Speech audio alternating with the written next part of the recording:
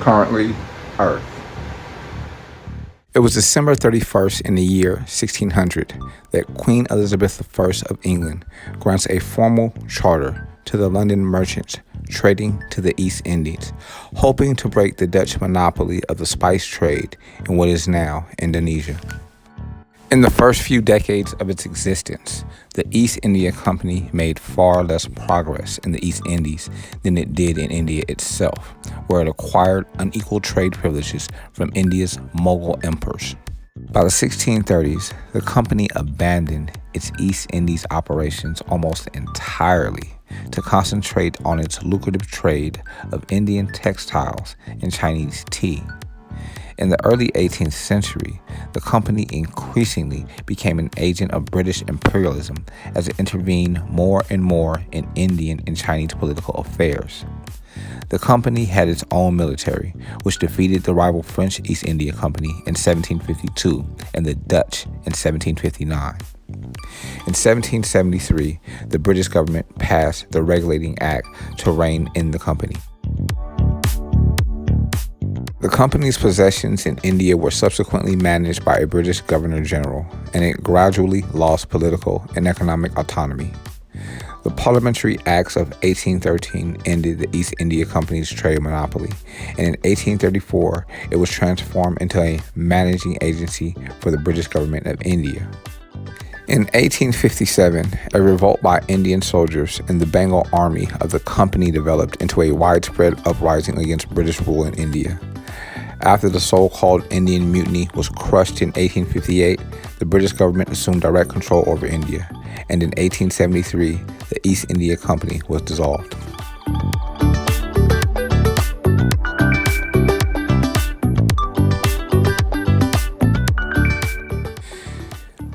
In 1961, on December 31st, our nation's 35th president, John F. Kennedy, issued a statement extending his sincere wishes and those of the American people to Soviet Premier Nikita Khrushchev and the people of the Soviet Union for a peaceful and prosperous new year.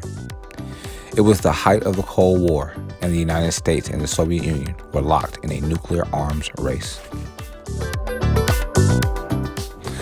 Citing 1961 as a troubled one between the two superpowers, Kennedy said that it was his earnest hope that 1962 would see improved relations between the two countries.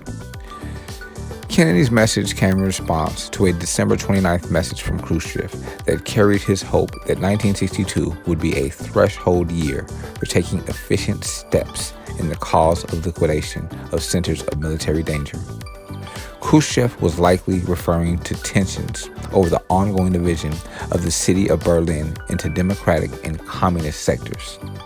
In August of 1961, it was Khrushchev's government that approved East Germany's decision to construct a physical barrier, the Berlin Wall, between the two sectors to stop communist-ruled East Germans from defecting to the West.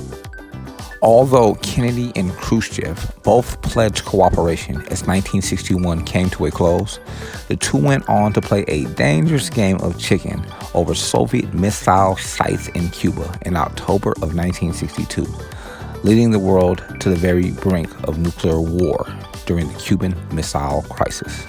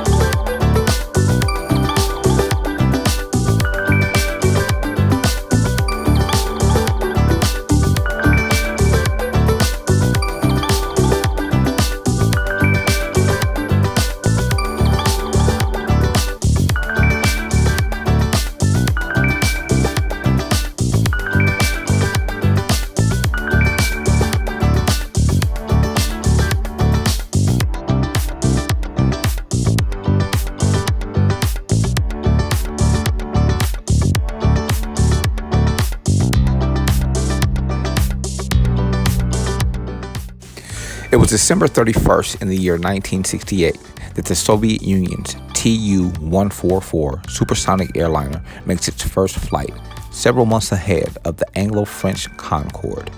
The Tu-144 so closely resembled the Concorde that the Western press dubbed it the Concordski. In 1962, 15 years after U.S. pilot Chuck Yeager first broke the sound barrier, Britain and France signed a treaty to develop the world's first supersonic passenger airline. The next year, President John F. Kennedy proposed a similar U.S. project. Meanwhile, in the USSR, Soviet leader Nikita Khrushchev ordered his top aviation engineers to beat the West to the achievement. There were immense technical challenges in building a supersonic airliner. Engines would need to be twice as powerful as those built for normal jets, and the aircraft's frame would have to withstand immense pressure from shock waves and endure high temperatures caused by air friction. Over here in the U.S., Boeing tackled the supersonic project, but soon ran into trouble with its swing-wing design. In England and France, however, early results were much more promising, and Khrushchev ordered Soviet intelligence to find out as much as possible about the Anglo-French prototypes. In 1965, the French arrested Sergei Pavlov, head of the Paris office of the Soviet airliner Aeroflot, for illegally obtaining classified information about France's supersonic project. Another high-level Soviet spy remained unknown, however, and continued to feed the Soviets information about the Concorde until the spy was identified and arrested in 1967. On December 31st in 1968, just 3 months before the first scheduled flight of the Concorde prototype, the fruits of the Soviet industrial espionage were revealed when the Soviet Tu-144 became the world's first supersonic airliner to fly. In 1969, the Concorde began its test flights. 2 years later, the U.S. abandoned its supersonic program, citing budget and environmental concerns. It was now up to Western Europe to make supersonic airline service viable before the Soviets. Tests continued, and in 1973, the Tu-144 came to the West to appear alongside the Concorde at the Paris Air Show at the Le Bourget Airport. On June 3rd, in front of 200,000 spectators, the Concorde flew a flawless demonstration. Then it was the Tu-144's turn.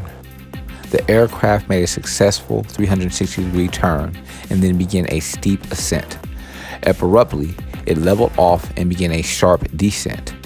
Some 1,500 feet above the ground, it broke up from overstress and came crashing into the ground, continuing the eternity of all 6 Soviet crew members and 8 French civilians. Soviet and French investigators ruled that pilot error was the cause of the accident. However, in recent years, several of the Soviet investigators have disclosed that a French Mirage intelligence aircraft was photographing the Tu-144 from above during the flight. A French investigator confirmed that the Soviet pilot was not told that the Mirage was there, a breach of air regulations. After beginning his ascent, the pilot may have abruptly leveled off the Tu-144 for fear of crashing into this aircraft. In the sudden evasive maneuver, the thrust probably failed, and the pilot then tried to restart the engines by entering a dive. He was too close to the ground, however, and tried to pull up too soon, thus overstressing the aircraft. In exchange for Soviet cooperation in the cover-up, the French investigators agreed not to criticize the Tu-144's design or engineering. Nevertheless, further problems with the Tu-144, which was designed hastily in its bid to beat the Concorde into the air, delayed the beginning of the Soviet commercial service. Concorde passenger service began with much fanfare in January of 1976. Western Europe had won its supersonic race with the Soviets, who eventually allowed just 100 domestic flights with the Tu-144 before discontinuing the airliner. The Concorde wasn't such a great commercial success either, and people complained bitterly about the noise pollution caused by its sonic booms and loud engines. Most airlines declined to purchase the aircraft, and just 16 Concordes were built for British Airways and Air France. Service was eventually limited between London and New York and Paris and New York, and luxury travelers appreciated the less than 4-hour journey across the Atlantic.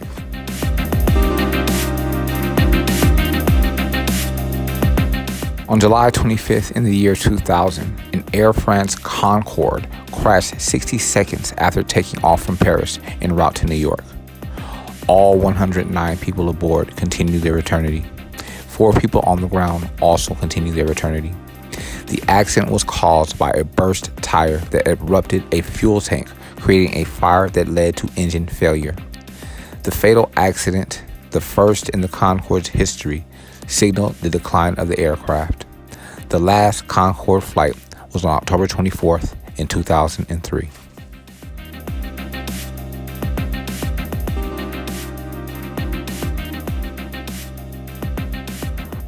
The historic information divulged and documented on this audio file can be verified on history.com.